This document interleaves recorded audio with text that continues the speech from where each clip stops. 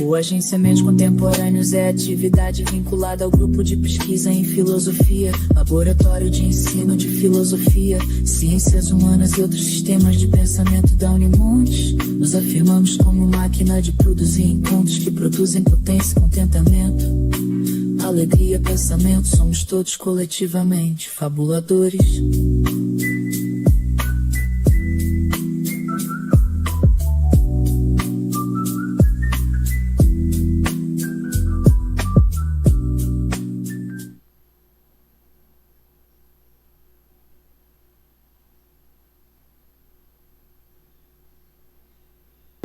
Apresentar nossa iniciativa.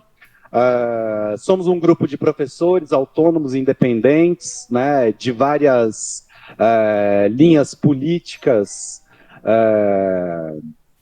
e o nosso objetivo é realmente fazer a crítica ao modelo atual de ensino, à forma como filosofia e sociologia vêm sendo tratadas dentro do estado de São Paulo, e como a gente perdeu espaço, né? Perdemos 63% de carga horária desde a implementação das reformas do novo ensino médio. Então a gente quer pensar sobre isso, a gente quer refletir sobre essas questões, queremos pensar em saídas, caminhos, ideias que façam com que a gente recupere uma carga horária, condições mínimas de trabalho, né? Tanto do ponto de vista pedagógico curricular, como do ponto de vista trabalhista, administrativo, e a gente então pensou esse seminário para trazer aqui o pessoal que produziu a nota técnica da rede Escola Pública Universidade, a REPU, acerca da redução da carga horária do novo ensino médio. Então, sem mais delongas, eu queria passar a palavra para o professor Aldo dos Santos, que vai mediar essa primeira mesa, e, sobretudo, eu vou, antes de passar a palavra, fazer o agradecimento ao Alex Fabiano, ao Paulo, do canal Agenciamentos Contemporâneos, que está fazendo essa transmissão para a gente, né? Eles se organizaram super rápido, foram super solícitos e são sempre parceiros quando a gente tem uma iniciativa nesse sentido, tá? Então, agradecendo ao canal, eu passo a palavra para o professor Aldo e, ao mesmo tempo, convido o professor João Pavese a vir tomar o meu lugar aqui na mesa, tá bom? É isso aí. Ok. Bacana. Bom dia a todos, todas. Quero saudar o Adriano em nome do organizativo geral. Quero saudar as companheiras presentes, na pessoa da professora Neuza da Selva, para ficar, né, citando as demais. Quero saudar este importante seminário de crítica às reformas e ao currículo do ensino médio. É importante esse debate, principalmente na área de humanas. É um debate, diríamos, fundamental nos dias de hoje. E eu vou ter a dura tarefa aqui de mediar, claro, espero que certamente não será tão difícil, de mediar uma conversa virtual, de mediar esse debate, essa exposição e o debate, mas eu quero, antes disso, também fazer uma pequena apresentação dessa luta. Nós estamos nessa luta há muitos anos, nós que eu digo, os professores de filosofia, né? Nós estamos nesse debate, é um debate que, para nós, é um debate extremamente importante, porque eu leciono filosofia há muitos anos, consegui me aposentar, eu sou sobrevivente deste período na escola pública, eu consegui me aposentar, mas, professor, é verdade, né? Ela deu um ensaio, né? Não é fácil, mas continuo na militância. Eu sou formado em filosofia, sou bacharel em teologia da antiga, né, nas SEBs. Eu tenho a honra de ter recebido o certificado do bacharelado em teologia do Cardeal Arnos. Olha só que coisa fantástica, né? Eu guardo com muito carinho, porque para as novas gerações talvez não compreendam o que ele significou naquele período histórico. E também eu tenho outras graduações, mestrado e doutorado, mas também tenho 4 diplomas que eu consegui, as duras penas das lutas concretas, 4 diplomas que muitas vezes as pessoas não citam, porque há, em relação à política, muitas vezes há uma ojeriza do senso comum, e isso é passado. Também tenho 4 diplomas, digamos assim, de ser candidato, de ser vereador pela cidade de São Bernardo do Campo. Então, filosofia e praxis, uma coisa que não está dissociada uma da outra. É a filosofia e a participação política na sociedade. E me recordo muito dessas lutas que nós estamos travando aqui hoje. Eu me recordo, inclusive, de uma revista que ajudamos a publicar, né, da Profesp, uma revista importante, de que esse debate não vem de hoje. Eu tenho a revista, por exemplo, aqui no dia 7/7/2006, portanto, 19 anos, que essa luta nós tivemos no MEC, no Ministério da Educação, lutando pela implementação da filosofia e da sociologia, e a partir daí nós conseguimos toda uma luta torná-las disciplinas obrigatórias na rede pública e estadual em nível de Brasil. Nós consideramos que foi um marco importante. Claro que nos dias de hoje isso foi descaracterizado, mas foi um marco extremamente importante neste debate. Então, esse registro é extremamente importante, porque foi a partir daí, dessas lutas, que saímos, inclusive, do comitê que tinha na POESP, né, que tratava dessas questões de filosofia, sociologia e, na ocasião, psicologia, um coletivo que tinha na POESP. Eu sou diretor atualmente da POESP, né? E esse coletivo, então, organizava as pessoas para poder, na área específica da filosofia, da sociologia e, na ocasião também, da psicologia, mas depois a psicologia ficou de fora por vários problemas que não cabe discutir aqui, né? Então, esse movimento é um movimento que tem uma história, tem uma trajetória da ação sindical, juntamente com outros estudiosos, professores, academia de todo o Brasil. Então, foi um movimento extremamente importante. Quero passar, então, a palavra aqui para o expositor, o João Pavese Oliveira. Eu tenho aqui uma pequena apresentação, mas a questão de apresentação é um pouco complicado, porque pode ser seletivo, posso ter falado tudo, ou posso não ter falado nada, ou falar parcialmente. Então eu deixo a tarefa para que ele mesmo se apresente, tá bom? Para que a gente possa não incorrer em nenhum tipo de tropeço em relação à ação e à formação da pessoa. Então, queremos desejar a todos e todas um bom seminário e passo a palavra para o nosso expositor. Aldo, depois da minha vez, pode mudar para eu olhar para a plateia? Eu queria ver as pessoas. Claro, agora eu vou ficar olhando, agora eu vou ficar olhando para o Fábio, mas depois eu queria olhar lá.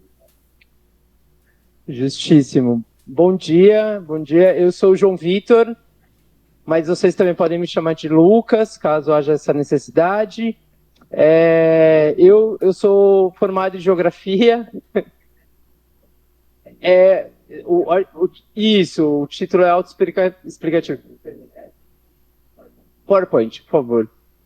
Então, eu sou o João Vitor, eu sou formado em Geografia, eu faço doutorado em Geografia Humana, componho o laboratório de material didático em Geografia lá na USP e também componho a REPU, a Rede Escola Pública Universidade. E aí a gente, junto com outras organizações, a gente escreveu essa nota técnica sobre a redução das humanidades aqui no estado de São Paulo, e aí a turma, acho que a fim de ter um representante de cada organização, me contactou. Eu fiz uma exposição, eu trouxe o computador para poder ver também, e não ficar virando assim. Mas eu fiz uma exposição curta, que contempla o tempo que foi proposto para nós, que é um tempo de 15 minutos, e aí eu vou apresentar. Consegue colocar? Estamos fazendo os testes. Enquanto isso, eu posso ir mencionando outras coisas. Eu estudo centralmente política pública educacional relacionado ao ensino integral. Aí. E eu sou uma pessoa que os meus colegas chamam que eu fico mexendo muito com dados educacionais. Então, de alguma maneira, isso vai estar presente aqui na minha apresentação. Bom, eu quero partir desse princípio, e pode ser chover no molhado, e pode ser uma cartada que todo mundo traz, mas a gente não pode perder de vista que nós estamos num contexto de neoliberalização das políticas educacionais. Isso deriva desde os anos 80, mas de que aos poucos, em determinados momentos, e em outros, de forma mais acelerada, essas políticas elas vêm implementando um conjunto de ações na sala de aula, na unidade escolar, que pressiona professores e estudantes. São políticas muito voltadas para o ambiente interno da sala de aula. Então, são reformas curriculares, e a gente ia perder o número, né, pelo menos contando só do governo do PSDB, não cabe numa mão a quantidade de reformas curriculares que aconteceram. Implementação de avaliações externas, implementação de bonificação, implementação de avaliação por resultados. Então, é um conjunto de reformas que visam melhorar a escola pública, a qualidade da escola pública. Só que, pode passar, Adriano, por favor. A gente tem algumas contradições. Então, considerando a implementação do Índice de Desenvolvimento da Educação Básica, o IDEB, que, de maneira geral, a gente tem críticas. E aí ele foi criado para tentar mensurar essa qualidade educacional. A gente observa que no ensino médio isso não foi alcançado. Não é que isso não foi alcançado neste ano de 2023. Isso não é alcançado há muito tempo. E a gente pode concluir que o ensino médio é o grande gargalo da educação básica. Então, aqui a imagem está meio distorcida, mas a gente, só para mencionar, mostra lá o Paraná como um primeiro lugar, e isso é o grande mérito, quer dizer, que se utiliza como um grande mérito do Ratinho Júnior, mas se a gente for conversar com os colegas do Paraná, tem uma plataformização imensurável, vinculado com uma precarização das condições do trabalho docente. São Paulo está entre os 5 primeiros. São Paulo está entre os 5 primeiros, que também é super questionável. A gente que está na sala de aula, a gente sabe como isso é questionável. E aí tem o Pará. Eu queria dar esse destaque ao Pará, porque quem está lá é quem esteve aqui, né? O Rossielli.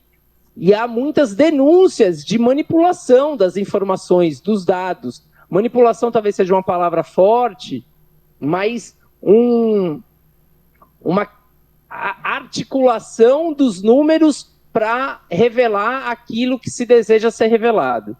Que, de alguma maneira, aqui em São Paulo, isso já foi feito. E aí a gente encontra... Pode passar, por favor, Adriano. As reformas do ensino médio, então, o novo ensino médio e a reforma do novo ensino médio, a reforma da reforma, como um caminho para tentar equacionar a questão do ensino médio. Só que aí a gente se olha para a situação que 1 em cada 4 jovens de 15 a 17 anos tem atraso na trajetória escolar. Isso daqui é uma notícia desse ano. Então, dentre aqueles que estão na escola e tem de 15 a 17 anos, eles têm uma defasagem em idade série. Se a gente for olhar para o PNE, que mostrava a necessidade da gente alcançar a universalização nessa etapa escolar, a gente não alcançou. A ideia era chegar por volta de 85%, a gente está em 76%, então a gente reproduz ainda essa estatística de 4 jovens de 15 a 17 anos, fora da escola. E aí as reformas curriculares vêm na tentativa de solucionar isso, de tornar essa escola mais atrativa, tornar essa escola mais...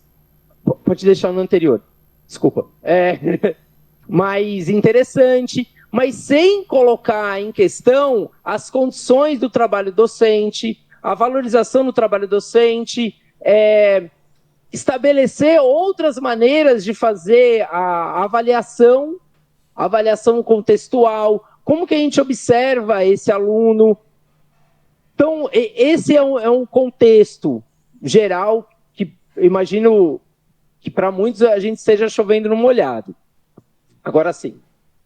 E aí, o governo do estado de São Paulo, tentando estar à frente, ser um pioneiro nessas reformas, implementou as reformas antes das reformas em contexto nacional. Então, a gente tem a implementação, que seria a nossa nota chamou de pré-reforma, está relacionada a essas 2 resoluções estaduais, a reforma propriamente, que foi implementada em 2024, e agora que a gente está com a implementação da reforma da reforma. E o que a gente identifica... Pode passar. Deu um problema aqui, mas tudo bem. É que a carga horária das ciências humanas foram reduzidas em todos os tipos, em todos os formatos de escola. Escola de tempo parcial, escola de tempo integral, tanto no período noturno quanto no período diurno e com destaque na EJA. E aí, o que isso significa? Significa uma precarização da formação desses estudantes. Significa que essa escola ela passa a ter... Os professores precisam deixar de dar aula em um conjunto pequeno de escolas e tem que se distribuir por mais unidades. Então, há relatos de professores estarem dando aula em 6 escolas. E aí a gente tem, pensando na cidade de São Paulo, a gente tem o contratempo, entre aspas, do transporte. Como que esse colega vai se deslocar por 6 escolas no intervalo de um dia? Ou elas estão muito próximas, ou ele come no transporte, ou ele não consegue preparar a aula direito. A gente tem que fazer esse paralelo da escola pública com as escolas particulares. Porque enquanto na escola pública a gente tem essa redução das cargas horárias, na rede particular isso não acontece. E o que significa o fato de não acontecer? Se amplia essa desigualdade. Se amplia a possibilidade de que os jovens da escola pública não consigam ter acesso a uma formação crítica. E não apenas a formação crítica propriamente, mas a ideia de que a escola é um espaço de possibilidade. Possibilidade de se pensar outra coisa, possibilidade de vivenciar, de experimentar outras reflexões. E a gente se depara numa precarização do trabalho docente. Pode passar, por favor. E aí eu coloquei esse gráfico para tentar contextualizar isso. Esse gráfico mostra a quantidade de professores de toda a rede, de todas as disciplinas, não só das ciências humanas, concursados e contratados. E o gráfico inverte. Hoje, nós temos mais da metade dos professores da rede pública do estado de São Paulo como contratados. E aí a gente precisa falar sobre isso, porque os colegas que estão dando aula das ciências humanas não têm essa formação. Eu me recordo do espaço da sala de aula, de muitos professores de filosofia, por exemplo, não terem formação de filosofia, serem jornalistas, serem teólogos, numa formação não com o diploma do Dom Paulo, Evaristo Armes, mas com formações muito mais numa perspectiva conservadora da teologia do que numa perspectiva mais libertadora, como a SEBS ou algo equivalente. No meu campo, que é a disciplina de geografia, além dos outros colegas das ciências humanas disputarem as minhas vagas, vamos chamar dessa maneira, você tem engenheiro dando aula de geografia. Isso para falar o básico, né? Então, e aí a gente tem uma redução da carga horária, os jovens têm aulas com pessoas que não são formadas na área, isso em contraposição às escolas da rede particular, que tem o diametralmente oposto, professores da área com a mesma carga horária. Talvez isso nos leve àquela velha ideia do dualismo entre a escola pública e a escola particular. Mas a gente também precisa relativizar que essa escola particular não são todas que têm esse contexto. Uma parte significativa das escolas particulares tem um contexto muito semelhante com a escola pública, no sentido de precarização, de pressão, de implementação de material didático.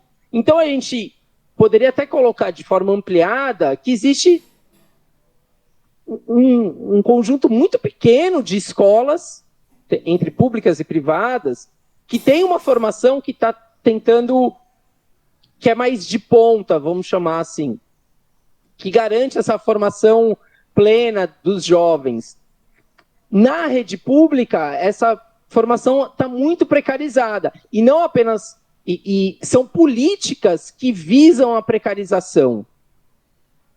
E aí eu deixo já para os finalmente, que é o que a gente quer dessa escola. A gente precisa falar sobre contratação dos professores concursados, a gente precisa falar da garantia da obrigatoriedade, da carga horária das humanidades, retomar isso, né? No caso da geografia, que é a parte que eu mais domino, voltar às 4 horas aula nos anos finais do ensino fundamental, que isso houve uma redução nunca antes vista, que tenha disciplinas das humanidades nos 3 anos do ensino médio? Sim, mas eu trouxe essa pergunta porque há um movimento de que não dá mais apenas para a gente ficar na contraofensiva. Eu sei que quem é da militância já ouve isso recorrentemente e sempre aparece uma pessoa e tira essa carta, tipo, não, precisamos parar de ser contra, precisamos apresentar uma coisa nova. Eu não estou nesse discurso, mas é um discurso de que a gente precisa pensar projeto de educação. Que tipo de escola que a gente quer? Fala-se muito, que é o meu tema de estudo, de escola de tempo integral, mas que escola que não é integral? Que escola que não tem uma formação integral? Porque se existe alguma escola que não tem uma formação integral, para tudo, que a gente precisa resolver isso. Independente da jornada, se ela é de 4 ou de 7 horas ou de 9. Então, deixo essa provocação para a gente poder desenvolver no debate e desenvolver ao longo do dia. Gente, Muito obrigado. Obrigado, professor João Pavese, pela exposição. Claro que a exposição dele provoca um debate que é um debate muito amplo, viu? Nós que estamos na rede, ou que estamos no sindicato, que é a POESP, nós estamos passando por um momento, digamos assim, dos mais comprometedores do ponto de vista da educação pública no Brasil e particularmente em São Paulo. Mas para que possamos, no momento oportuno, voltar a esse debate com mais fluidez. Vou chamar agora também para participar a doutora Maria Lima, que ela também, por gentileza, que faça a sua apresentação e sua exposição em 15 minutos. Eu passo a palavra à professora que está virtualmente. Muito bom dia a todas e a todos. É um prazer estar aqui com vocês nesse momento tão importante que é esse de debater sobre uma situação de acirramento do processo de precarização que já está aí ocorrendo há muito tempo, né? Eu sou professora Maria Lima, sou da Faculdade de Educação da Universidade Federal de Mato Grosso do Sul, mas eu sou paulistana, né? Eu saí de São Paulo com 43 anos de idade, fui professora de educação básica há quase 20 anos, atuei nas escolas da rede pública e privada em São Paulo, sou formada em História pela USP e com mestrado e doutorado na Faculdade de Educação também da USP, então conheço muito a realidade de São Paulo das décadas de 80 e 90, que foi o momento onde eu me formei e depois atuei, né?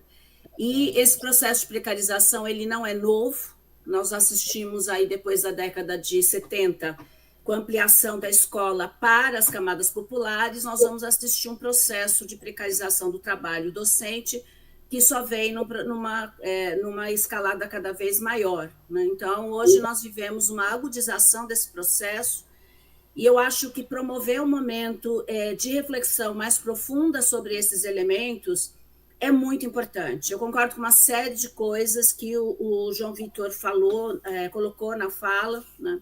E a questão que eu acho mais central do que ele disse é a necessidade de nós retomarmos as discussões sobre o projeto e assumirmos essa disputa, não só por carga horária, mas de uma vez por todas começarmos a enxergar a escola pública como esse espaço que é o espaço de enfrentamento de um projeto, excludente, em que grupos financeiros, hoje ligados ao capital financeiro, e também grupos, aqui no caso do Mato Grosso do Sul, ligados ao conservadorismo, né, e à direita, à extrema-direita, esses grupos hoje estão disputando de maneira muito mais consciente e organizada, né?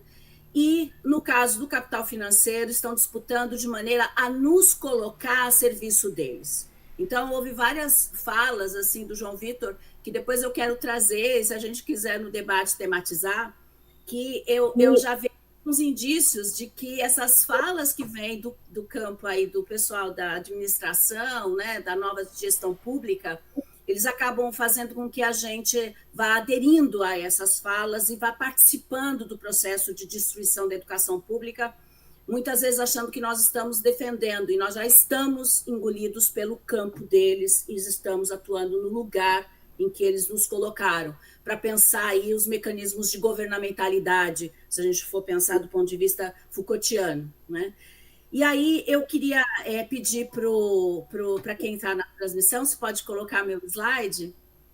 Eu já carreguei aí o ambiente.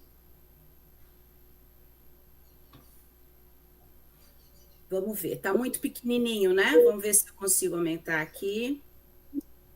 Está dando para ver bem, gente? Está dando, né? Aí, Neuza, estou te vendo, balança a cabecinha aí, se está dando para ver. Quero agradecer muito a minha querida Neuza, que eu também é outra, além da Patrícia, que eu sou louca para conhecer pessoalmente, dar um grande abraço, muito gostoso, né? companheira de luta que está aí, né, sobrevivendo nesse mar tão adverso como São Paulo se tornou nesses últimos anos, né? E agradecer o pessoal da Profib, né, que faz junto com a gente aí, eu sou coordenadora da campanha nacional em defesa de ciências humanas na educação básica, e a Neuza vem somar aí com a Profib, a ABFIL, a nossa BB, Associação BB, que acaba de ser formada, a gente está muito feliz com isso também. A ABEX, que, né, já é forte, bem forte, né, já está da adolescência para a fase adulta, né? E a AMPU, que já é uma associação que tem mais de 50 anos, e a ABE, que também é uma adolescente formada em 2006. A ABE é a Associação Brasileira de Ensino de História, da qual eu sou atual presidenta, né? Eu também faço parte da campanha nacional pelo direito à educação no Comitê de Mato Grosso do Sul, né? Fiz parte, até o ano passado, da executiva da Frente Nacional pela revogação da Resolução 2 de 2019, que tentou reformular os cursos de licenciatura para se tornarem espaços de treinamento para aplicar a BNCC, literalmente, né? Então, nós conseguimos, com mobilização nacional, derrubar essa resolução e, muito embora ela ainda esteja marcando a nova resolução, nós nos fizemos presentes na elaboração desse novo documento, no enfrentamento aí com esses grupos empresariais que estão se apossando da educação pública superior, né? Então, é um pouco esse aí, algumas das minhas trajetórias. Eu sou coordenadora também do grupo de pesquisas Currículo, Cultura e História, aqui na UFMS, que tem pesquisadores, professoras e professores, que são docentes de universidades públicas e da UCDB também, e também tenho alunos de graduação, de pedagogia, história, e alunos de pós-graduação, mestrado, doutorado, e professores da educação básica, que são pesquisadores e pesquisadoras junto conosco. Então, nós temos uma equipe bastante grande, mais de 30 pessoas, e coordeno dentro desse grupo um projeto nacional envolvendo 12 estados, em que nós estamos construindo um panorama do que está acontecendo com os professores e professoras das chamadas áreas de ciências humanas da educação básica, no processo da reformulação aí do ensino médio, que eu não quero usar a ideia de novo ensino médio, eu não quero disseminar essa ideia, né? Então eu vou falar reforma do ensino médio, pensando que é uma contra-reforma, porque, de verdade, as reformas da educação são defendidas pelo campo progressista, nós atuamos ao longo da história para reformar a educação, nós temos disputado esse espaço, e em 2017, a partir do golpe de 2016, nós vamos sofrer aí uma contra-reforma com esses grupos de conservadores, de extrema-direita, e também associados aí ao capital financeiro, as empresas educacionais, né, principalmente organizada em torno do Todos pela Educação, e com a Fundação Lema aí fazendo todo um aporte para a estruturação dessa articulação, o IFE também atuando, o grupo de institutos e fundações empresariais. Então, nós temos aí uma contra-reforma, que vai ser um golpe em um processo que vinha sendo constituído desde 2002, com a formulação ali do grupo de estudos do núcleo dentro do MEC. Então, nós temos um processo interrompido em que a sociedade civil participava de maneira articulada. Então, por isso, eu não vou entrar na narrativa neoliberal, né, aí que está instituída com essa contra-reforma, que é chamar isso que foi feito de novo ensino médio. Muito pelo contrário, não tem nada de novo, né? É um movimento retrógrado, então eu me recuso a ficar reproduzindo essa ideia do novo nas minhas falas, tá? Só esclarecendo para vocês. Até porque a legislação não fala em novo ensino médio, isso é uma propaganda que foi criada por esses grupos para poder afirmar um projeto. E a minha fala, ela vai um pouco a partir... Eu vou fazer um exame só falando aí da história, para depois a gente pensar algumas questões.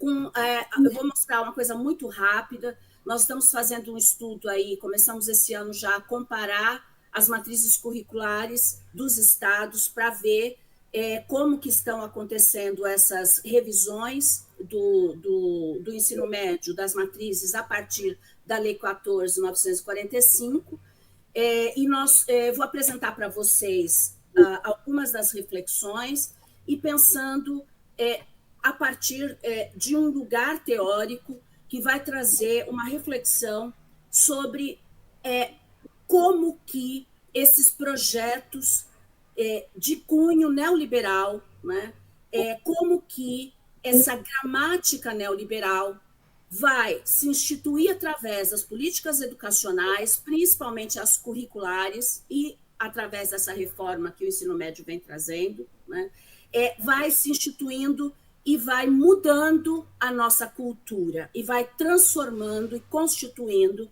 aquilo que Stephen Ball chama de nova cultura moral.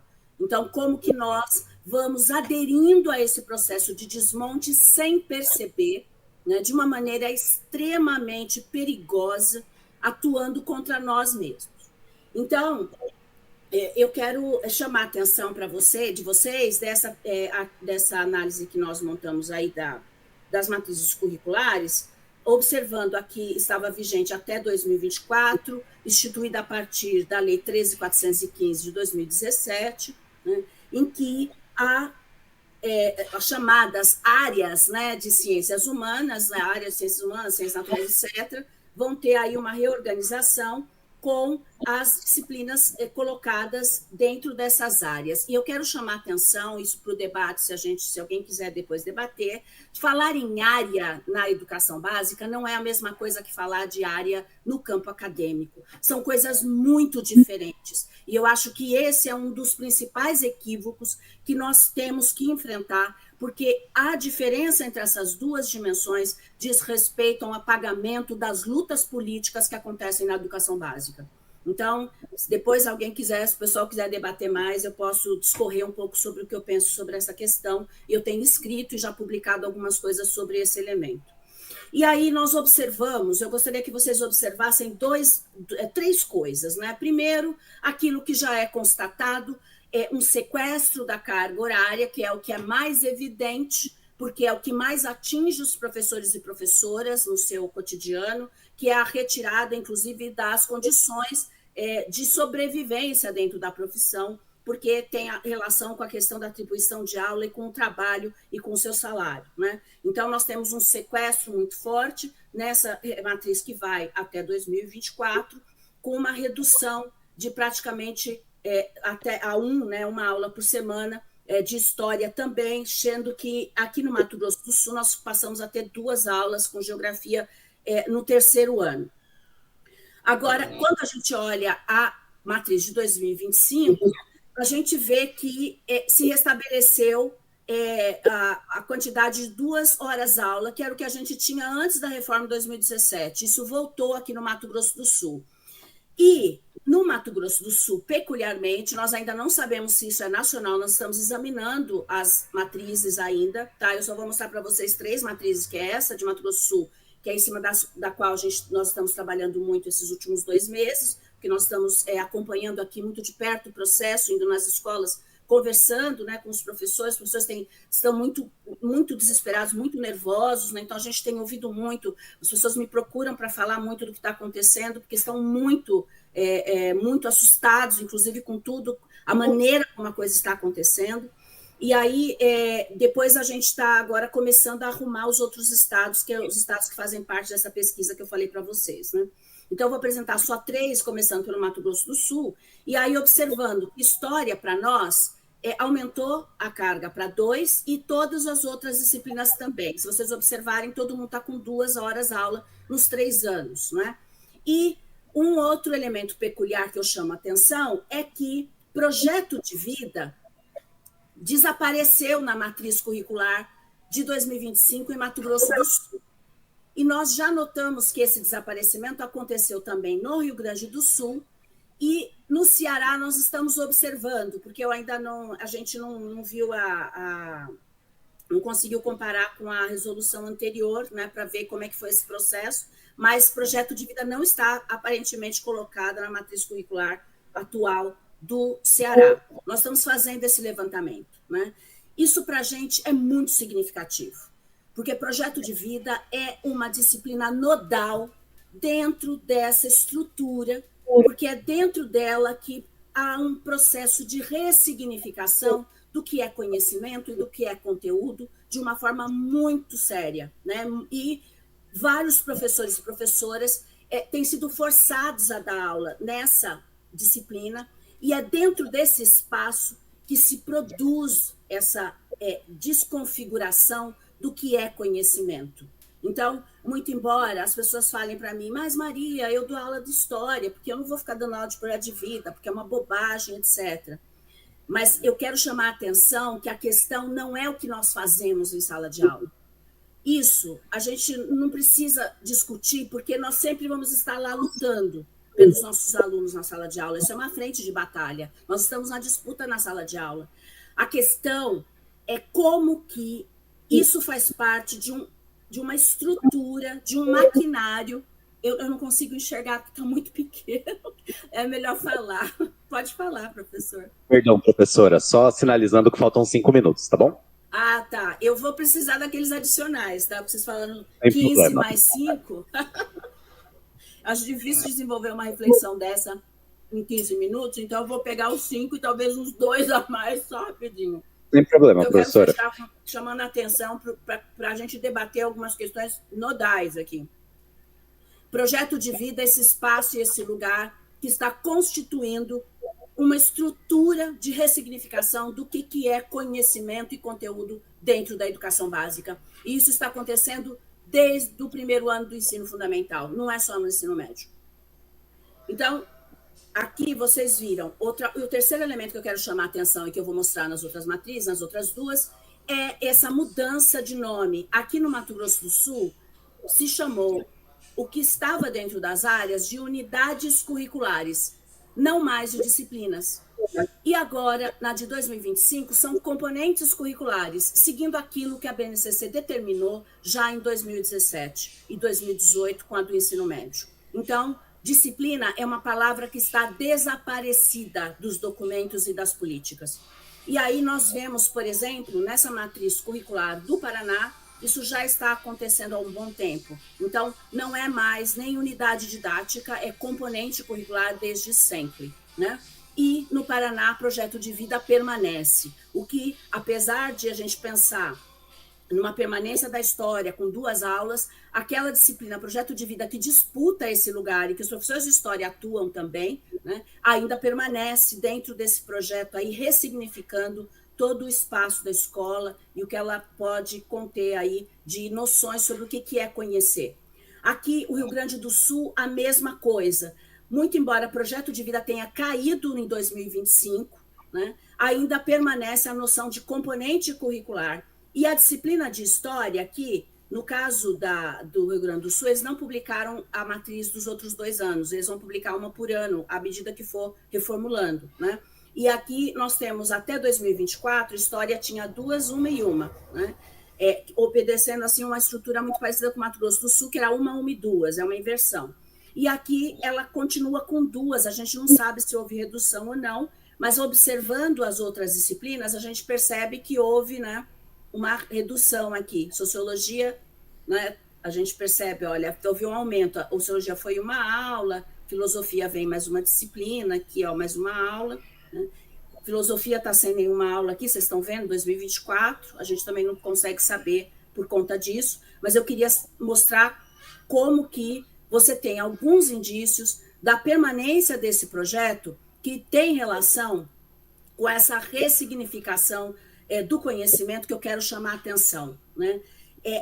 Essa ideia de componente substituindo a noção de disciplina é um elemento crucial para desprofissionalizar, né, a docência, né, e tornar o professor e a professora técnicos tutores, apenas aplicadores. Então, não precisa de uma especialização, né? Só precisa ter algumas noções gerais e saber aplicar. É uma coisa meio FISC, né, de ser. Aperta o aparelho repete, você repete para o aluno, né? Então, material programado, etc., que nós já estamos vendo toda essa situação se instituindo dentro das escolas.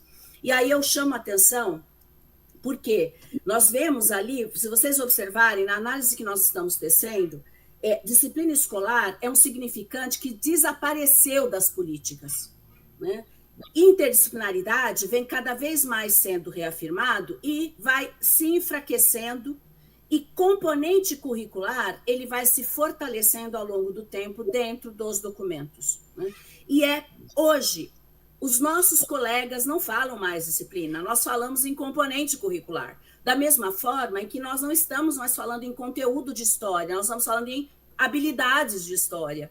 Muitos colegas deixaram de falar dos conteúdos de história, estão falando das habilidades. Olha como isso aqui é legal para desenvolver habilidade. Então, nós já estamos jogando no terreno do outro e já estamos com o terreno preparado para que eles tomem conta, né, desse processo, nos desqualificando enquanto profissionais especializados, né? A ideia de unidade curricular é uma coisa que aparece definida na DCN de 2018, né? E aí, aqui você tem um jogo em que uma unidade curricular pode ser qualquer coisa, inclusive uma disciplina, né? Então, também esse processo de transição para esses apagamentos que vão sendo produzidos dentro das políticas, né? O componente curricular, você vai vendo que ele vai gradualmente, ao longo dessas últimas 2 décadas, substituindo a ideia de disciplina e se afirmando totalmente dentro da documentação. E aí você tem a Lei 13.415 não define componente, DCN 2018 não define, a 14.945 não define, e a DCN 2024 traz uma definição de componente curricular.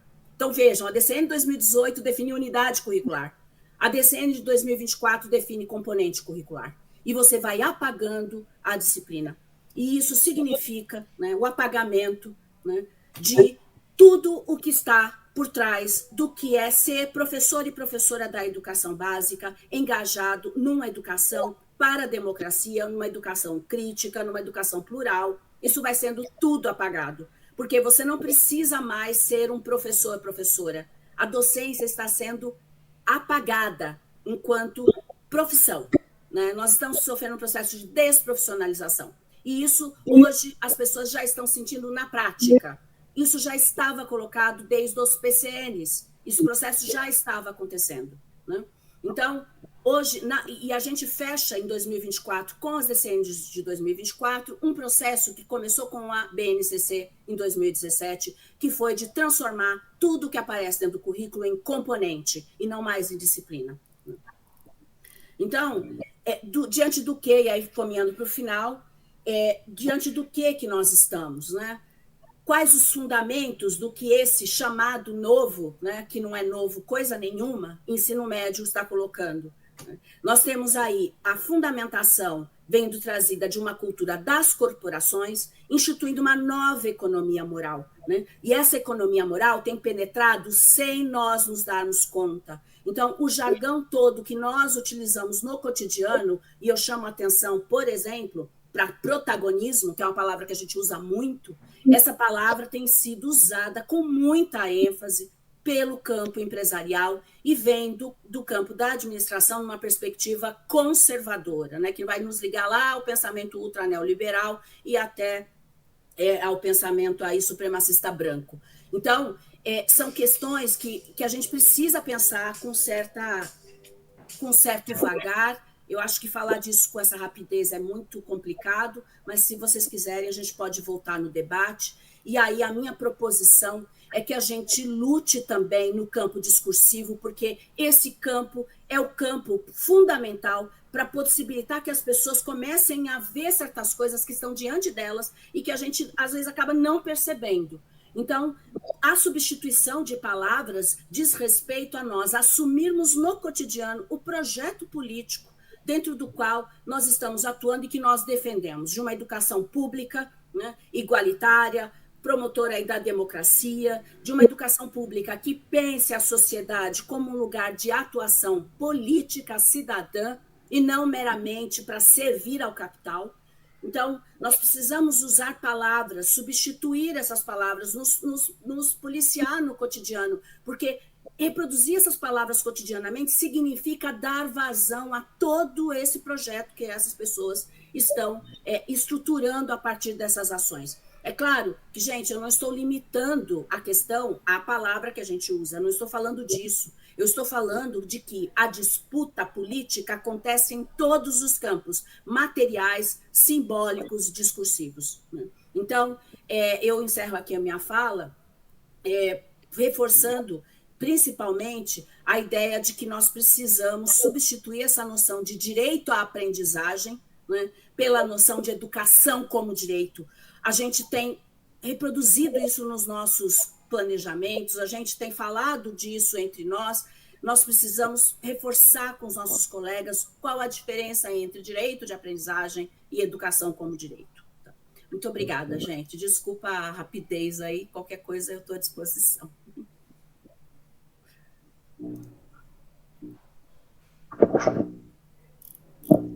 Bem, de fato, na verdade, o que a professora fala aqui daria para fazer seminários e mais seminários, né? Porque está falando de conceitos, não apenas de terminologias, né? Eu acho que é extremamente importante isso. Eu queria dizer, primeiro, nós estamos no auditório aqui do grande companheiro, né?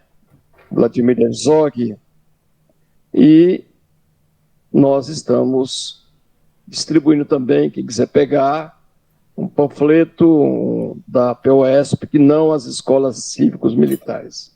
Então, que também faz parte da disputa dele, da disputa ideológica sobre a nossa categoria, e que está muito forte esse debate. Então, quem quiser depois pegar, tem alguns aqui sobre a mesa, que é o material da POSP explicativo, uma cartilha extremamente importante.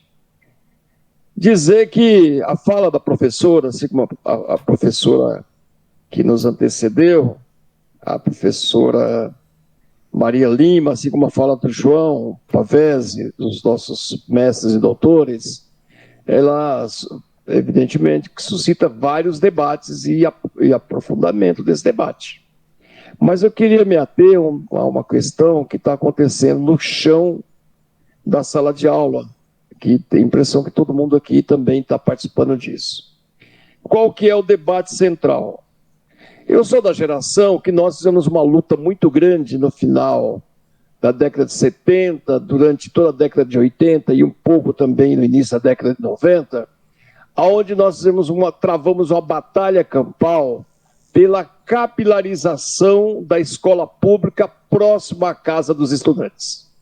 Porque tínhamos uma política de erradicarmos o analfabetismo no Brasil e, portanto, naquele momento, em plena ditadura, nós também conseguimos impulsionar, com o movimento popular, com o movimento sindical, com o movimento das comunidades eclesiais de base, nós conseguimos implementar essa política que foi extremamente importante.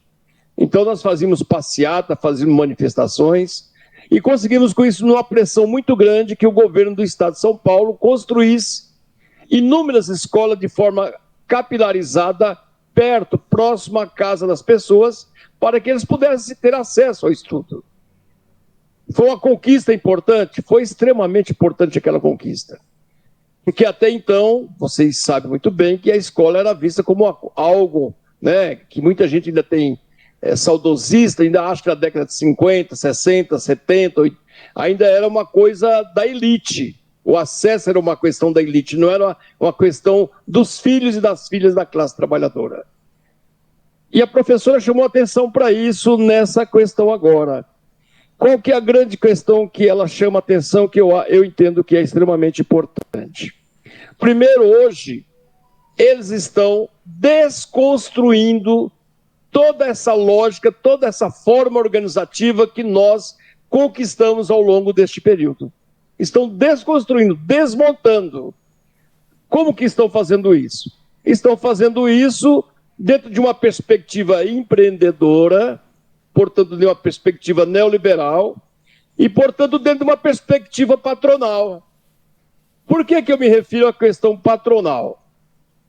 Presta atenção nesse debate. Nós divulgamos esse panfleto chamado Manifesto Por que o Fora FEDER? Eu faço questão de trazer esse debate aqui.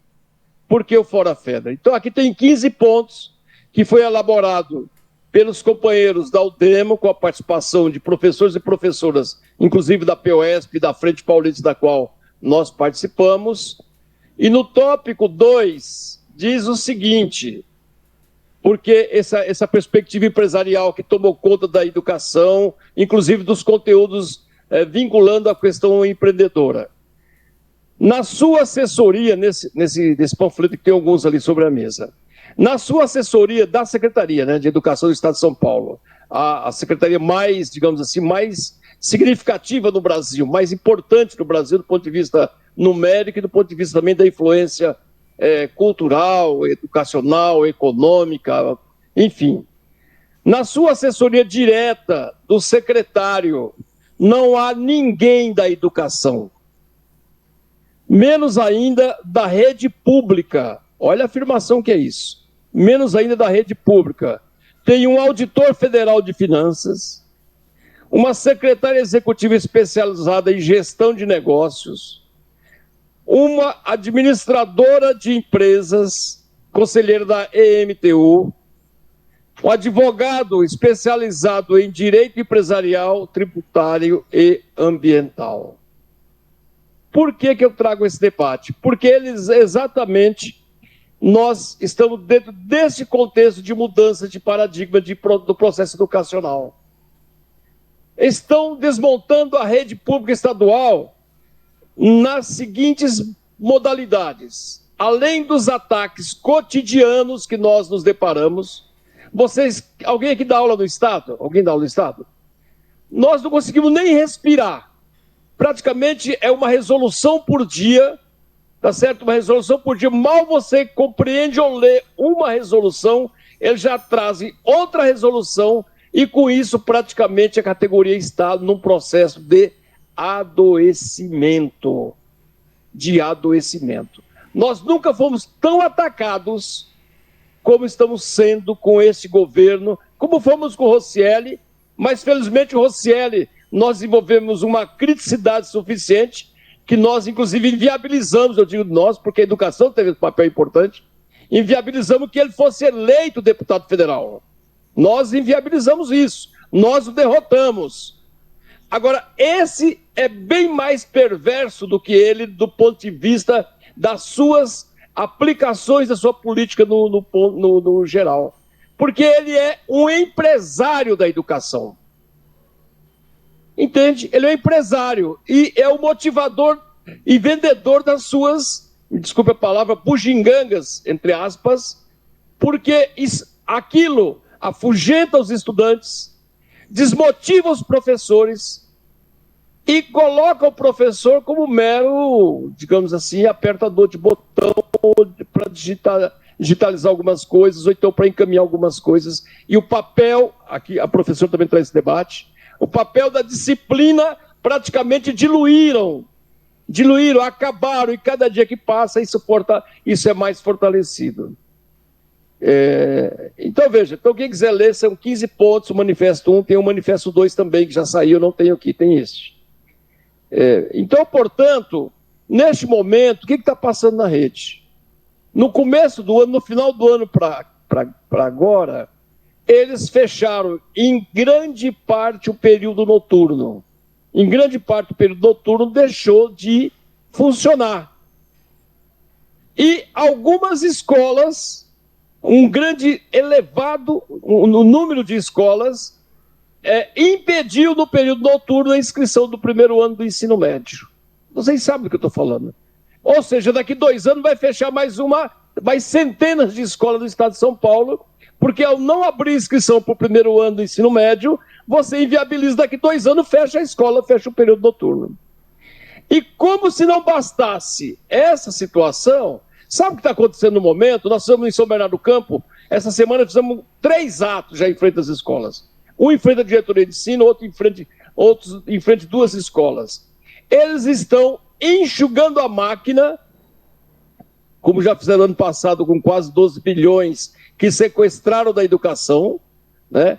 Eles estão, para concluir, então, agora fechando sala de aulas. Vocês estão acompanhando isso, né? Fechando sala de aulas. Em São Bernardo, estão fechando em torno de 40 salas de aulas, em 40 escolas, 40 escolas que está tendo fechamento de sala de aula, algumas 2 outras 3, outra uma sala. Então, tu coloca por aí, tu vai ver que estão fechando 2, 3 escolas medianas na cidade de São Bernardo do Campo, onde eu participo. Então, é muito grave o momento que nós estamos vivendo e nós precisamos reagir. Nós precisamos reagir. Nós tivemos um encontro na Câmara Municipal de São Paulo, promovido pela Profesp, eu estive lá. Nós estamos só voltados, muitas vezes, para poder dizer não. Não concordamos com isso, não queremos aquilo, e só trabalhar sobre a pauta deles. Nós não conseguimos implementar uma pauta nossa. A direita e a extrema-direita não tem problema, eles colocam a questão da escola militarizada, eles colocam as pautas ideológicas deles, e nós ficamos na retaguarda ali, um pouco acuados, no máximo discutindo o que eles publicam e produzem.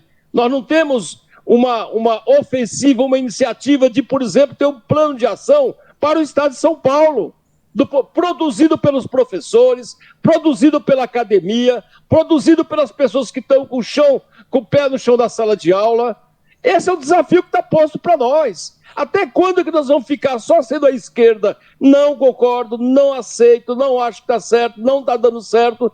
Mas e o que nós apresentamos? Que proposta do ponto de vista pedagógico nós temos?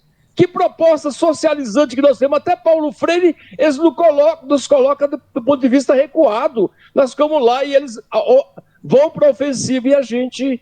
Então, eu entendo que esse seminário poderia avançar nesse sentido, de constituir grupos de estudo ou grupo de trabalho, no sentido de organizar os professores para que possamos... Vocês estão dando uma contribuição importante, para que possamos avançar nesse debate, porque estão desmontando. Vocês viram que a educação foi leiloada na Bolsa de Valores, uma coisa inédita nesse país, né? Eu acho que em qualquer parte do mundo. Nós estávamos lá, bomba de gás, engolindo gás lá, estava, né, à vontade, porque eles também não têm piedade de gastar as bombas deles, né? Enfim, gente, esse é o quadro que nós estamos vivendo no estado de São Paulo. Vão acabar com a escola pública, viu? Vão acabar com a escola pública. Porque a PEI, que antes tinha 2 períodos, o que acontece agora? Eles vão implementar a PEI no único período de 9 horas. Que já está acontecendo em alguns lugares. De 9 horas.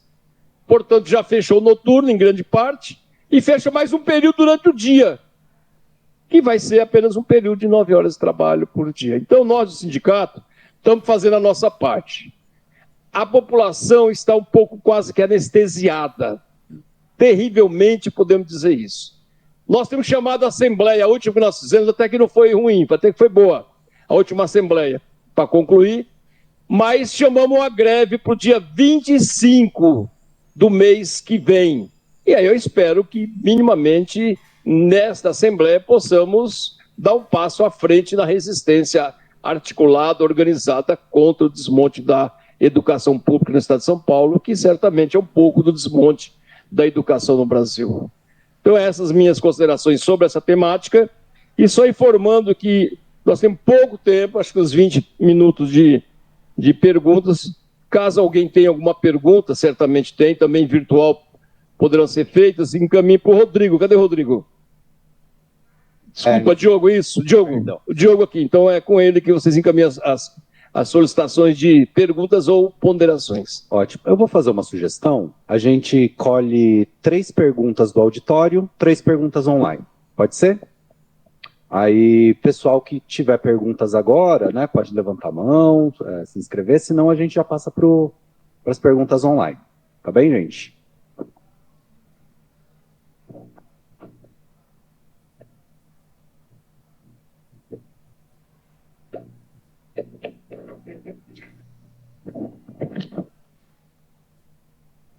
Bom dia. Bom dia, meu nome é Eduardo, eu sou professor de Biologia, trabalho com educação popular, então meus alunos são basicamente da escola pública e recentemente tenho feito umas leituras, principalmente sobre Paulo Freire, né?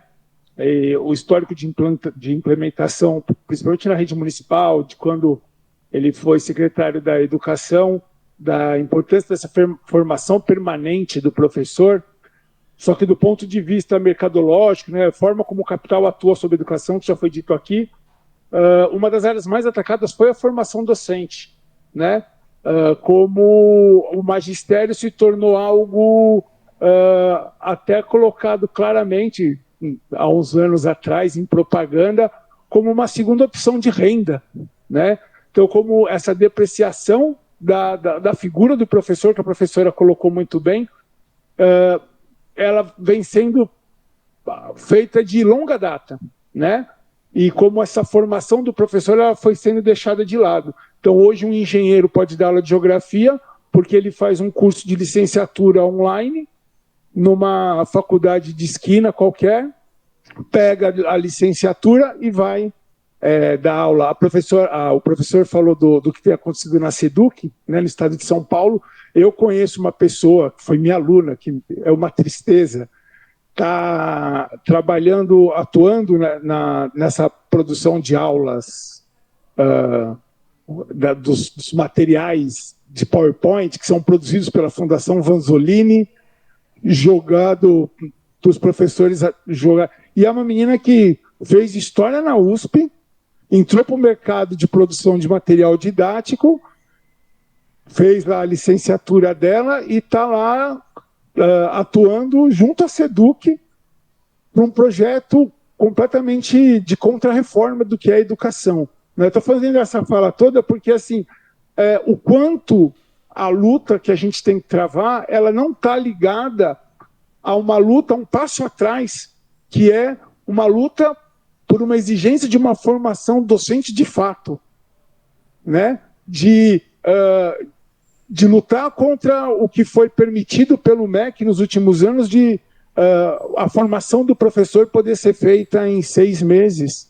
Uma pessoa que vai atuar numa área tão fundamental na formação da sociedade, né? Então, o quanto não deveria se olhar mais para trás ainda e essa luta ela ser colocada como exigência, né, de uma formulação de proposta de uma luta por uma exigência de uma formação docente de fato nas universidades. O que é ser, né? O que é fazer licenciatura? O que é uma formação permanente de um educador? Né? Porque quantos educadores não entram em sala de aula, professores entram em sala de aula e depois nunca mais vão fazer curso de formação, né? E como a formação está sendo voltada de fato para essa visão neoliberal de educação. Eu estou fazendo, é uma tristeza, MBA, Exalc, que você tem que fazer para poder ter, né, ser aceito no mercado de trabalho. Eu não consigo assistir 30 minutos de aula. Eu desligo e faço a prova lá para contar como presença, que ontem eu ouvi o absurdo do professor falar que o supervisor de ensino não pode ter uma posição ideológica, política, porque complica o trabalho dele. Assim, a coisa está nesse nível, né? Então, é isso. Assim, se a formação... E um monte de pessoas de escola pública fazendo o curso junto comigo. Então, é nesse sentido assim, que eu quero trazer a pergunta, se essa luta pela docência também não é importante. Ok, obrigado, professor. Mais alguém? Então, a sugestão foi 3 pessoas aqui, 3 pessoas... Posso falar? Bom dia, gente. Eu sou Matheus, eu sou do Movimento de Defesa da Filosofia e Sociologia, classificado no atual concurso de 0 vagas, como todo mundo sabe. Bom, eu queria fazer uma reflexão que eu queria saber da mesa o que pensam, que eu acho que dialoga com o que foi dito, em relação a isso de que a gente precisa ter um projeto, né, acima de tudo. E eu fico pensando quanto isso não anda lado a lado de fazer a denúncia do projeto atual do novo ensino médio, né? Porque para a gente às vezes parece meio óbvio, mas não é óbvio para a sociedade, para o debate público, né? E nesse sentido, eu acho que essa denúncia tem que passar por mostrar que não está em jogo um projeto pedagógico no novo ensino médio. É um projeto ideológico. É um projeto ideológico de sociedade de educação. Empreendedorismo é ideologia, e a gente tem que explicitar isso a todo custo no debate público. numa sociedade desigual, grotescamente desigual, igual ao Brasil, falar de empreendedorismo é ideologia no pior sentido possível. Transformar a vítima em culpada pela própria miséria. Apagar qualquer tipo de mobilização comum e social. Isso tem que ser colocado de toda forma. E nesse sentido, o que a Maria Lima trouxe, dessa ideia do projeto de vida como central, organizando tudo isso, eu acho que é esse o ponto. O projeto de vida é a explicitação de que a gente não está falando de um projeto pedagógico, a gente está falando de um projeto ideológico no novo ensino médio. E, além disso, eu gostei muito do termo da nova economia moral, porque, de novo, é isso. É uma espécie de doutrinação. Nesse sentido, eu teria uma proposta. Normalmente eu falo isso como piada, mas eu acho que poderia em algum momento se tornar real. A gente tem que falar de um projeto de escola sem partido de esquerda, porque é isso. A direita, ela faz exatamente o que ela acusa que os outros fazem, né? O que a direita está promovendo enquanto educação é um projeto ideológico. E nesse sentido, o que eu acho a gente tem que explicitar isso. A gente tem que falar, não, é vocês que estão fazendo ideologia, no pior sentido possível, né? E isso que eu estou falando de empreendedorismo, mas quem dá aula sabe, quem está em sala de aula sabe que o professor muitas vezes reproduz os piores preconceitos do mundo que eles tiraram não sei da onde e tá tudo bem. Agora a gente chega lá, o professor de filosofia e sociologia, veja bem, existe racismo, democracia racial é papinho, a gente é o doutrinador do bagulho, entendeu? Então a gente tem que inverter essa lógica e contra-atacar e denunciar. Vocês são os doutrinadores. Enfim, era isso. Ok, muito obrigado, professor. Mais alguém? Então fechamos com a fala da professora, tudo bem? Para nós ouvirmos então também outras inscrições, tá bem? Tá joia, Aldo. Bom dia, eu sou a Patrícia Velasco, professora da UFABC e presidente da Associação Brasileira de Ensino de Filosofia.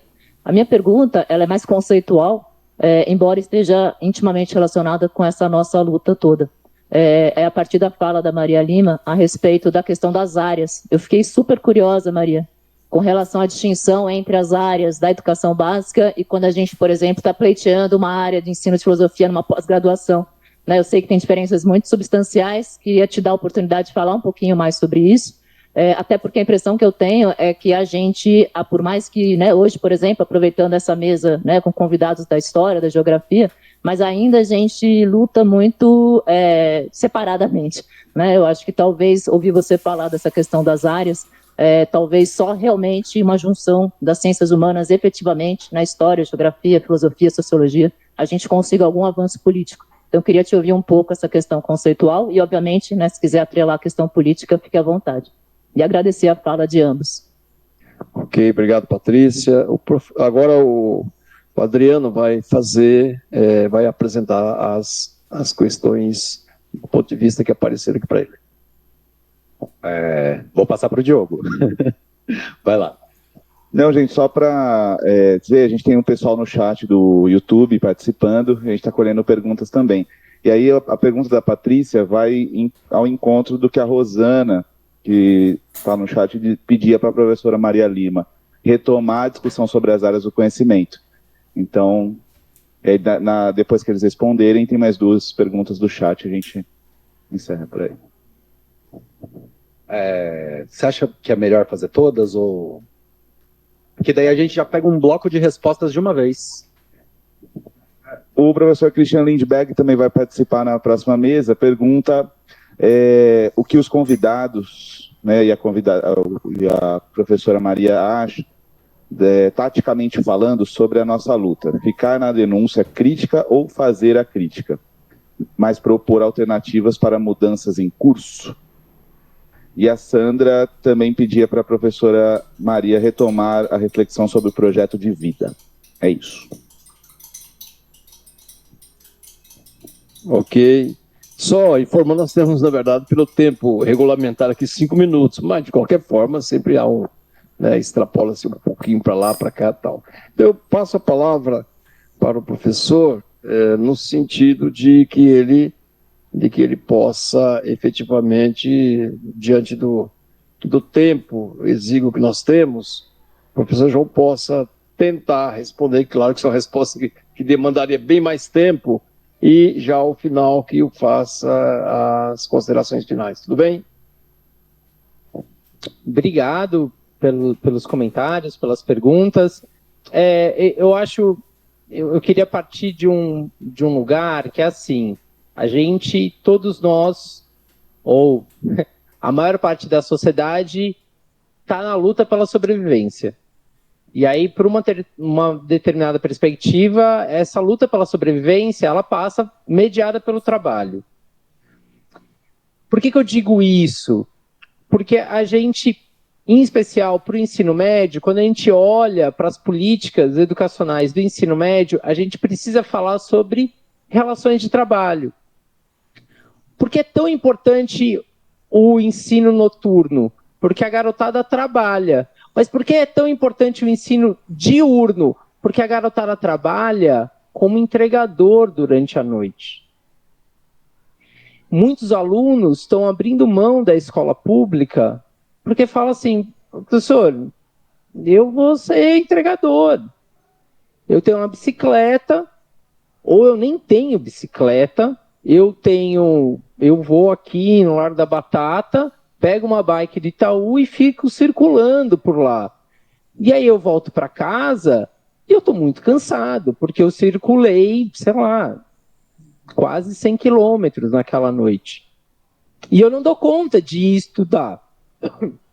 Então eu faço uma EJA. Então, isso a gente está falando dos jovens. Agora, se a gente pega os mais jovens, os menores, eles estão questionando a gente, por que escola? Eu vi uma menininha que fez um negócio no TikTok e estourou, por que eu estou aqui? Então, eu trago isso porque a gente precisa sair da análise só do indivíduo em si, conseguir fazer essa discussão geral.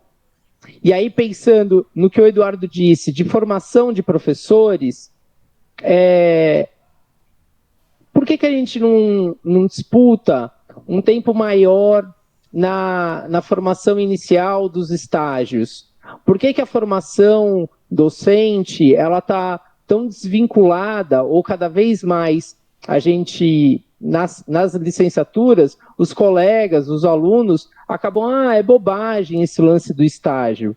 Por que os professores mais experientes não cumprem um papel de tutores na formação de novos professores?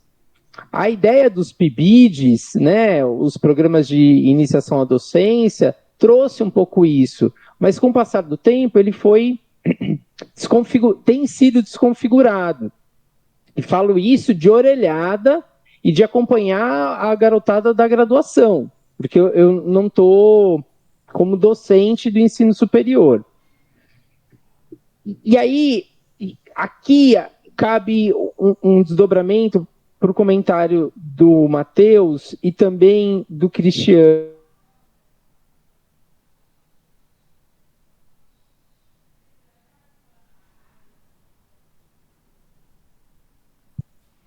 Que e aí? A gente precisa fazer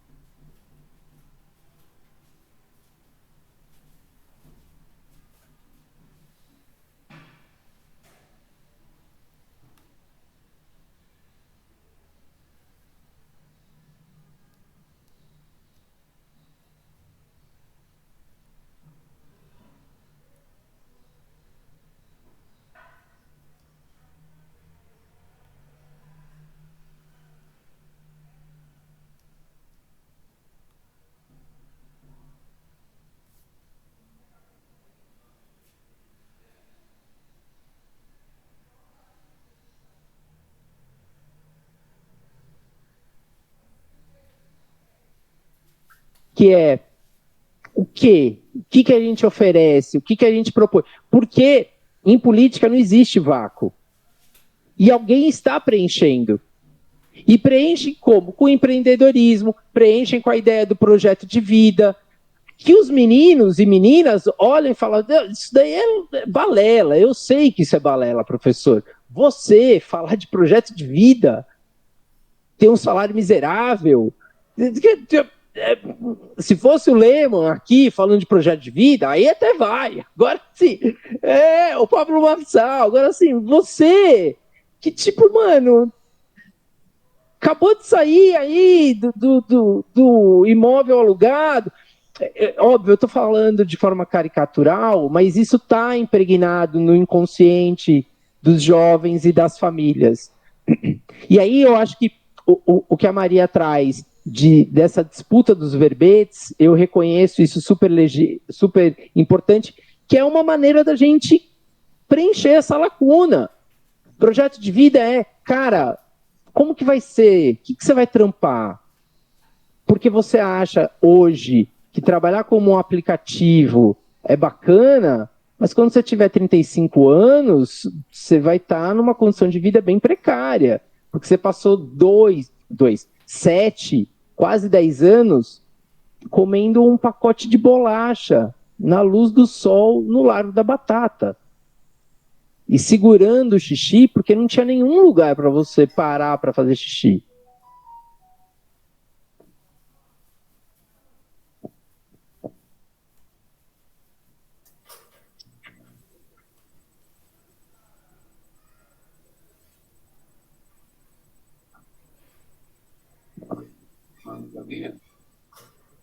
Estava até conversando com uma amiga minha, professora também. Na escola dela chegou um momento que o outro garoto chegou para o outro e falou assim: seu pai é CLT, tipo, tirando sarro. Está acontecendo isso.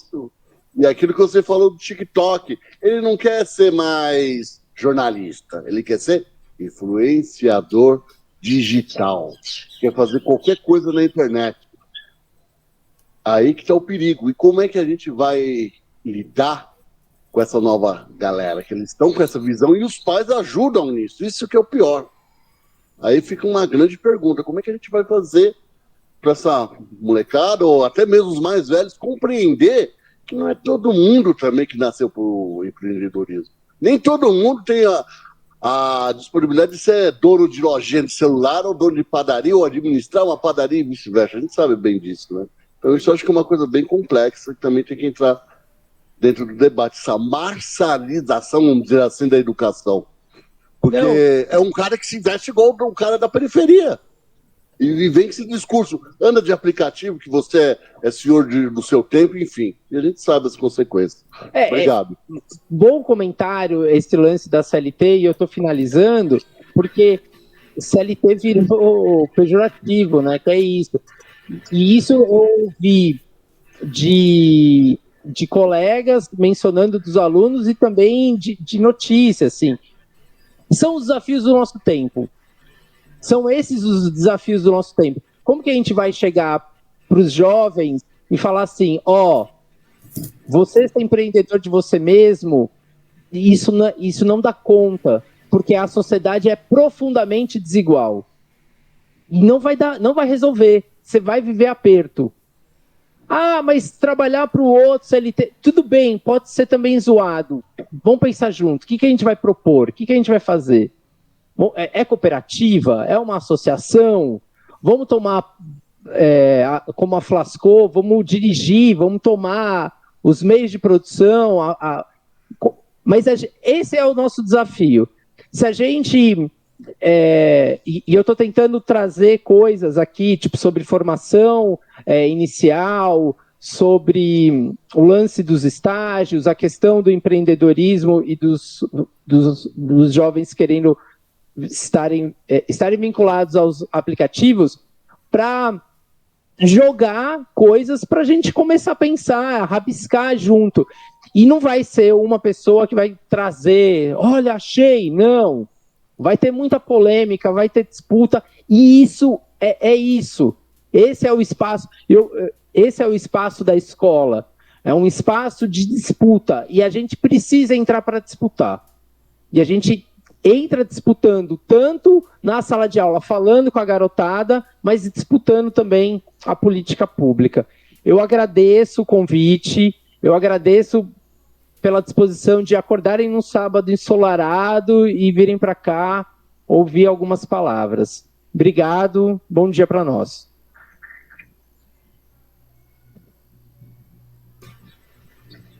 Obrigado, professor João Pavese, pela importante contribuição nesta manhã.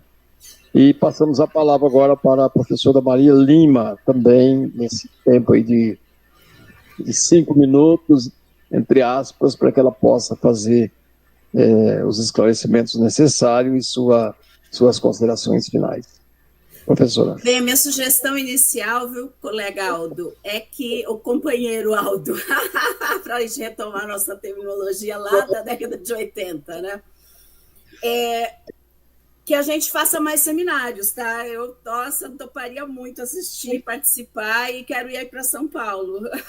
Quero abraçar as pessoas, eu preciso disso, dessa energia. E aí, eu vou retomar os pontos aqui, porque, assim, são discussões bastante complexas, mas eu vou tentar ser nodal, incisiva, tá? Fazer uma incisão, um corte preciso. Primeiro elemento, que o professor, eu não anotei o nome dele sobre a formação docente, que ele falou da disputa, né? Ô, professor, grita seu nome aí para eu anotar aqui. Não gosto Eduardo. de falar sem nome, não. Hã? Eduardo. Ah, professor Eduardo. Então, professor,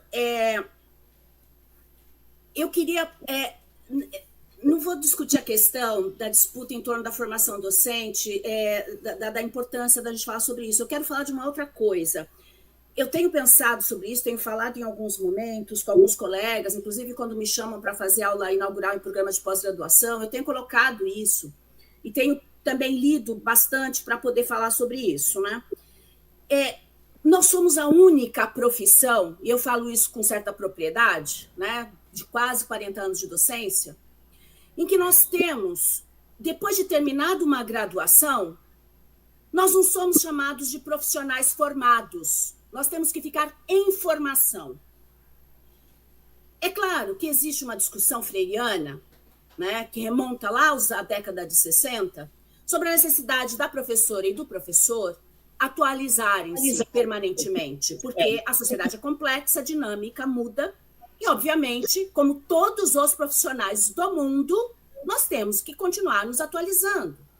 Só que nós abrimos um flanco muito grande para a entrada desses grupos que se transformaram a formação de professores em mercado, né, ao dizer que nós, quando recebemos um diploma, é meia boca, porque nós não somos de verdade formados.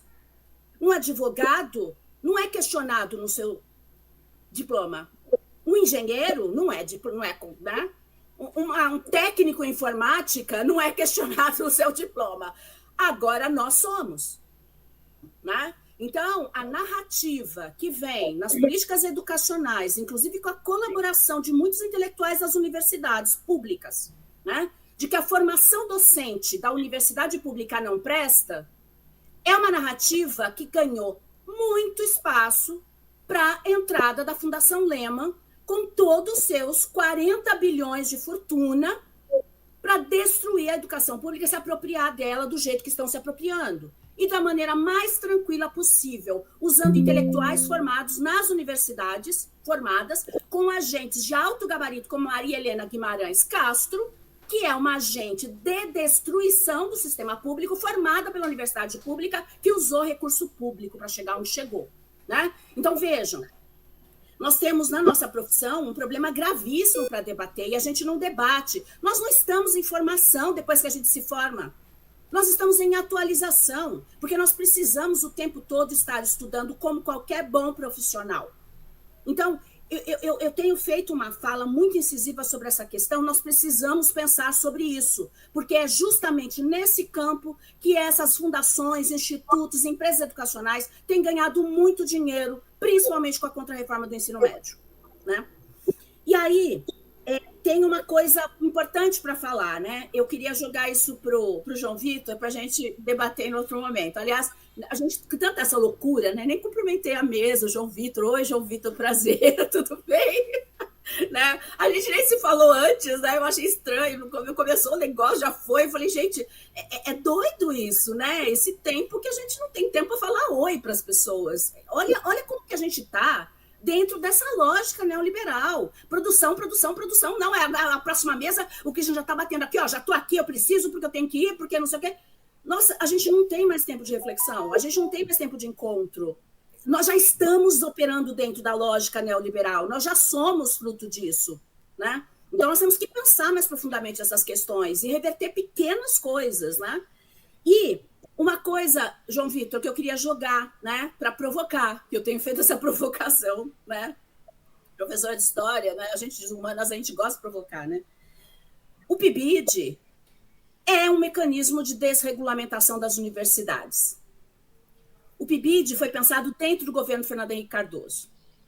Então, apesar de ter sido pensado pela Maria Helena de Freitas, tá, e ter sido derrubado dentro do governo Fernando Henrique Cardoso, não ter sido conseguido ir para frente, e depois ganhado espaço no governo Lula, né, em 2006, quando ele se torna um programa, né, ele é um mecanismo de desregulamentação. E em outra oportunidade eu posso desenvolver o raciocínio sobre isso e trazer mais elementos para a gente conversar. Tá? Matheus, a questão essa disputa da conversa com as pessoas, e aí eu junto com a fala desse último professor que entrou na fala aí do João Vitor, ele trouxe a questão da CLT, né, da disputa em torno da questão da CLT.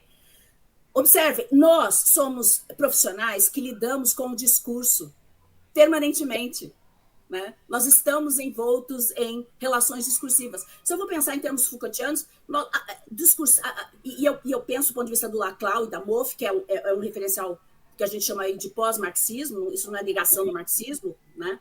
Mas a gente pensa que as palavras que nós usamos, elas não são palavras, elas não são verbetes ou termos, elas são disputa política.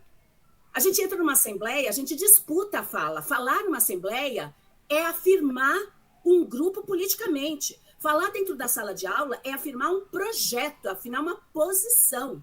É você inteiro sendo projetado numa relação com os sujeitos que estão à sua volta. E esses sujeitos se projetando em sua direção. Né? Então, o ato educativo é político por essência, porque nós nos posicionamos permanentemente. É um ato político. Então, não se trata de palavras, nós estamos falando de discurso. E discurso tem a ver com projetos, com lugares sociais, com lugares políticos que nós assumimos. E nós precisamos ter consciência desses lugares. Né? Então, usar certas palavras, e aí no nível da palavra, significa estar dentro de certos discursos. E a gente precisa ver esses discursos, porque nós estamos entranhados, nós somos sujeitos sociais. Nós não somos pessoas independentes que pensamos por nós mesmas. Não somos. Nós somos sujeitos só historicamente constituídos. Nós pensamos de acordo com a nossa sociedade, nós agimos de acordo com a nossa sociedade. Né? Dialeticamente, nós também interferimos nisso. Né? Eu gosto do materialismo histórico dialético, sim, estou lá também. Né? Então, eu acho que a questão do consenso e da compreensão dessa questão discursiva é um elemento central do Lehmann. Ele construiu isso, ele conseguiu entrar por aí com todo o exército de intelectuais do mais alto gabarito que ele construiu, que ele arregimentou. Ele colocou jornalistas em todos os veículos de comunicação do país para construir o consenso em torno da BNCC. Né? Então, para veicular uma ideia, né, você vê o Mendonça Filho, que vai, junto com o Rossielli, disseminar a narrativa do novo ensino médio. Eles têm uma máquina na mão de produção de consenso. Né? Então, não é meramente, gente, disputar e ficar lá batendo de frente com essas crianças. Precisa entender a lógica da produção desses discursos. Precisa entender como é que essas pessoas são levadas a pensar dessa forma. E as políticas educacionais são cruciais nesse processo. Sabe por quê? Porque quem entra na profissão estuda a BNCC para dar aula. E essas pessoas estão sendo formadas para o sistema dentro de uma lógica discursiva, né? Dessa produção dos corpos, dessa produção dos comportamentos, né? Na perspectiva dessa produção do lugar do outro, que a gente fala aí a partir do Foucault. né? Então, nós estamos numa disputa que é de ressignificação do papel do Estado. As palavras que nós usamos têm a ver com toda uma economia moral que pensa o Estado atrelado a uma lógica neoliberal. É uma lógica de atrelamento do Estado à defesa do mercado, né? Então, é um aprofundamento. E aí, fechando a última... tem a questão da área, né? A questão da área, fechando, estou tentando fazer em 3 minutos cada coisa. A área, né? Quando eu falo de área, eu remeto à discussão de interdisciplinaridade, tá? Patrícia, eu estou escrevendo sobre isso, eu devo sair eu estou lutando aqui contra essa máquina mortífera que nos esmaga na universidade, para produzir um artigo para sair sobre essa discussão que já estão me cobrando desde o ano passado, e eu estou lá na luta, né? Mas a questão da área, e aí eu vou juntar com a Rosana Silva, que perguntou isso, juntar com a Maria Cecília, que perguntou a diferença entre componente e disciplina, né? Gente, quando a gente fala em área na educação básica, a gente remete à questão da interdisciplinaridade, tá? Por quê? Porque o nosso debate na década de 1980, eu estava lá, né, nesse debate, nos sindicatos, participando da década de 90, o nosso debate era como que nós, profissionais especializados na escola, podíamos nos unir para construir práticas educativas significativas para as crianças e jovens com as quais nós trabalhávamos. E nós temos inúmeros projetos até hoje que são feitos pelos professores e professoras extremamente fantásticos. Eu tenho acompanhado ao longo desses 30, 40 anos projetos fantásticos sendo desenvolvidos por professores e professoras, especialistas nos seus campos disciplinares e que constroem em parceria, né, a interdisciplinaridade. Tá? Quando eu começo com essa discussão diária, eu começo a apagar essa necessidade de ter profissionais formados especialistas em comunhão para construir significatividade de trabalho para os seus alunos concretos que estão na sua frente. Não é o aluno geral, é a aluna e o aluno que estão na sua frente, na sua escola. Aqueles sujeitos se unem para construir isso. Então, quando eu vou para a ideia de área, eu apago as relações políticas e sociais que estão implicadas na ação da escola. Eu tiro da jogada, simplesmente, dentro do currículo, os sujeitos. Como é que eu faço isso? Aproximando a discussão diária da discussão acadêmica. O que é área na academia? E aí eu fico trazendo um monte de discussão de teoria do conhecimento para dentro dos currículos. E os projetos que os professores desenvolvem nas escolas, as ações que eles dão, vão sendo apagadas, destruídas, ignoradas, e um rolo compressor vai passando por cima.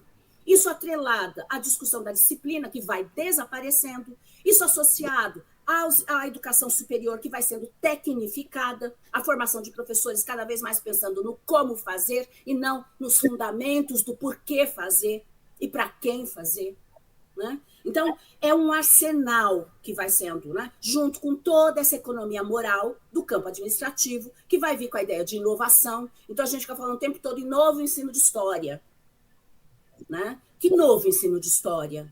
Né? Não é novo ensino de história. A ensino de história é ressignificado de acordo com as comunidades e as sociedades que a gente tem.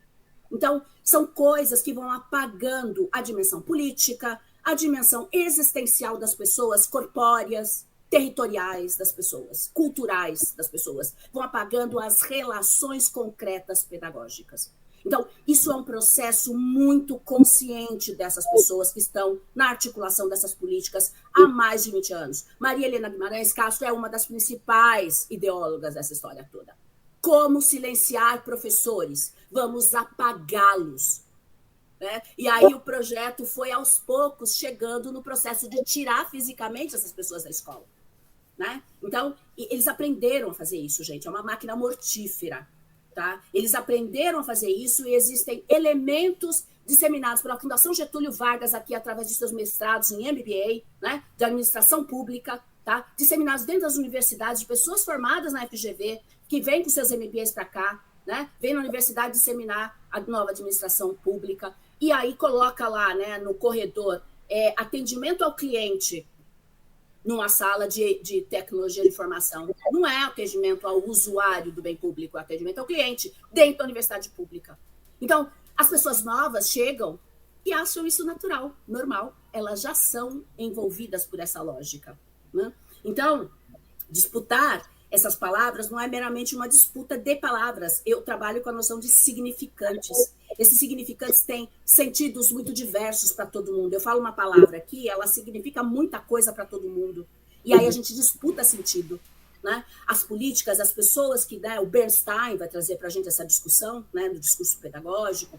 Então, tem uma série de questões aí que eu acho que a gente podia aprofundar em uma outra hora, né? E, Christian, sim, eu defendo isso que você faz, tá, Christian? Atuar politicamente, tem que atuar no campo legislativo, sim, tem que ir para cima deles. Nós temos que ter uma atuação, eu participo de vários movimentos nesse sentido, nós não podemos ficar calados, nós temos que usar a nossa arma. Eles têm 40 bilhões da Fundação Lehman, nós temos 40 milhões de pessoas falando. Então, nós temos que usar o que nós temos de arma. Né? Não vamos parar de falar, nós vamos continuar dizendo o que precisa ser dito, mesmo que doa. Né? Nós que estamos no serviço público, somos concursados, ainda temos alguma proteção para fazer isso. Então, nós temos muita responsabilidade com isso. Né? Os concursados, principalmente, porque o pessoal que é contratado está sendo jogado numa vala, está sendo aviltado. E nós precisamos lutar pela nossa profissão e pelos nossos companheiros e companheiras. Né? E aí... Eu, numa próxima oportunidade, minha querida que perguntou sobre o projeto de vida, eu falo, porque aí é longo demais a discussão, né, com essa coisa desse ponto nodal, que é por onde a economia moral está entrando, pela ressignificação dos comportamentos, a competência socioemocional, né, é o controle do outro, né, só que ele se autocontrolando. Então, essa produção dessa subjetividade neoliberal. Então, eu preciso falar disso em outro momento, com mais vagar, para a gente poder aprofundar a reflexão e debater, tá bom? Desculpa, legal. A gente parece uma metralhadora. A metralhadora giratória da eficiente, né? Legal. Obrigado, professora. Nós estamos já finalizando a nossa atividade aqui, a nossa mesa, porque isso aqui vai ser porre de conhecimento hoje o dia inteiro, né? Vai ser legal isso aqui. Então, nós queremos agradecer ao professor João Pavese pela importante contribuição, a professora Maria Lima também pela sua também importante contribuição. Para finalizar, queria duas questões. Primeiro, dizer o seguinte, sinceramente, nós estamos numa situação muito difícil. Esse ministro também depõe contra nós, o ministro da Educação. Nós precisamos falar isso aqui. Eu ajudei a eleger o Lula também. Eu sou do PSOL, ajudei a eleger o Lula também. Mas, sinceramente, não me vejo representado por esse ministro, pelo ministro da Educação, pelo Camilo. Sinceramente, nós precisamos dizer essas coisas, né? Porque senão não vai mudar, as coisas não mudam. Né? Os vínculos que ele tem com várias instituições aí não é pouca coisa, muito pelo contrário. Segundo, eu dar um informe rápido, que também tem a ver com a educação, com a luta e a resistência. Tem um panfletinho aqui que eu vou deixar para vocês darem uma lida, que é de um processo que eu estou sendo vítima, juntamente com a companheira Camila, quando apoiamos em 2003 uma ocupação ali em frente à Volkswagen do Brasil, que hoje é o depósito das Casas Bahia. Então, naquela ocasião, nós tínhamos 10 mil pessoas que ocupou uma área pelo MTST, e de lá para cá, né, redundou que nós somos condenados pelo Supremo Tribunal Federal, e ela é advogada hoje, eu continuo na batalha também, e tem uma dívida, né, me processou por perda de direito político por 5 anos, uma multa que hoje está em torno de R$1.800.000, e eu não tenho como pagar porque eu sou um professor aposentado. E mesmo que tivesse, não pagaria porque não reconheço que cometi nenhum crime ao socorrer com o carro oficial, na ocasião que era vereador pelo PT, pessoas, crianças e idosos que estavam doentes dentro do acampamento e autorizei levá-lo para o socorro, para socorrê-los. Isso não reconheço como crime. Então nós estamos passando, quem quiser depois dar uma lida, tem um material vasto nesse sentido. Né? E por último, eles, né, não contentes, eles querem, ele for lá e então lá, além de sequestrar salário, alguns anos sequestrou salário, pegou nosso salário, eu sou aposentado dela também como advogada, e agora penhoraram a minha casa e um carrinho antigo está lá, eu hoje sou inquilino da casa, o próximo passo agora é leilão para que eles possam se apropriar definitivamente. Então é muito grave, eles vêm numa ofensiva muito grande, a Lawfare vem numa ofensiva muito grande, eles constroem a narrativa jurídica para atingir fins políticos, objetivos políticos. E 3 livrinhos só para dizer, toda vez que eu vou a algum lugar, eu levo um livrinho só para poder deixar a provocação. Todo mundo já sabe como ser um educador antirracista, que eu acho extremamente importante. O outro que o Chico me trouxe aqui, que é um livro de Filosofia Toma Partido, a questão democrática da Profesp, e também nós ajudamos, é fruto de um encontro que nós realizamos. Um outro livrinho que nós, quem é da filosofia aqui, precisamos enfrentar esse debate urgentemente, que é a Afrocentricidade e Conhecimento Kemet, de Molefe Assante. Esse livro é fundamental, porque ele vem exatamente no rastro para justificar esse outro livro, que é Legado Roubado. A filosofia grega é a filosofia egípcia roubada. Olha quanto sério isso. E eu fiquei puto da vida, me senti sacaneado, estudei a vida inteira filosofia e nunca apresentaram na academia, viu? Nunca apresentaram esse debate para a gente. É muito sério. Então nós temos um grupo de estudo pan-africanista que está lendo esses livros e aprofundando esses livros e muda totalmente a história, a geografia, a filosofia e a sociologia. Muda frontalmente esse debate. Gente, obrigado, um abraço, parabéns pelos organizadores, lutas, sonhos e rebeldias que seguem. Obrigado. Pessoal, deixa eu entrar aqui no visual também.